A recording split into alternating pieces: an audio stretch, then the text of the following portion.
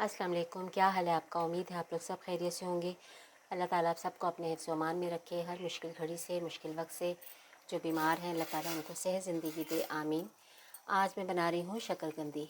सर्दियों का ये मौसम है तो सर्दियों के सीज़न में शक्करकंदी आती है। पहले एक दफ़ा मैंने बनाई इसको तवे पे भी, लेकिन वो मीठी नहीं थी। तो मैंने कहा ये पुराना तरीका ही आज़माऊँ।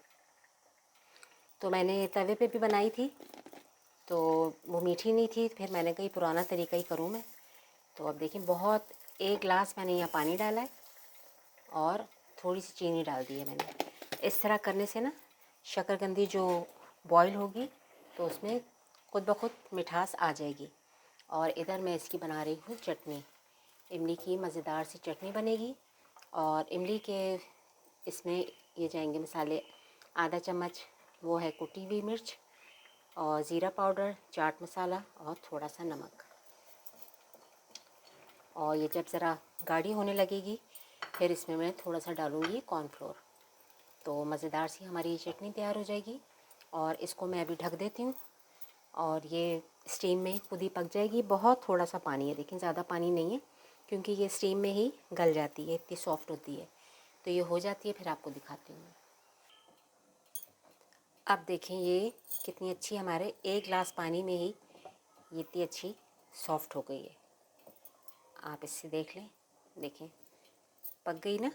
ज़्यादा पानी डालने की इसमें ज़रूरत ही नहीं होती।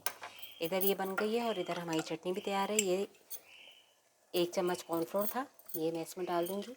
इससे हमारी चटनी ज़रा थिक हो जाएगी और ज़रा शाइनिंग आ जाएगी इसमें चटनी में। तो मज़ेदार सी हमारी ये चटनी भी तैयार हो गई है। इसमें मैंने 2 चम्मच चीनी भी डाल दी थी। खट्टी मीठी चटनी है ये। इससे ये फ़ायदा होता है कि गला भी नहीं ख़राब होता। तो देखें कितनी अच्छी हो गई। बस इसको मैं अभी छीलती हूँ, शक्करकंदी का छिलका उतारती हूँ, फिर आपको फ़ाइनल लुक इसकी दिखाऊंगी। कितने मज़ेदार सी हमारी ये शक्करकंदी तैयार हो गई है। जो चटनी बनाई थी इसके ऊपर हम ये डाल के खाएंगे तो इसका मज़ा दोबारा हो जाएगा। आप लोग भी बनाइएगा, इसी तरह साथ चटनी बनाइएगा, इंशाल्लाह ज़रूर मज़ा आएगा।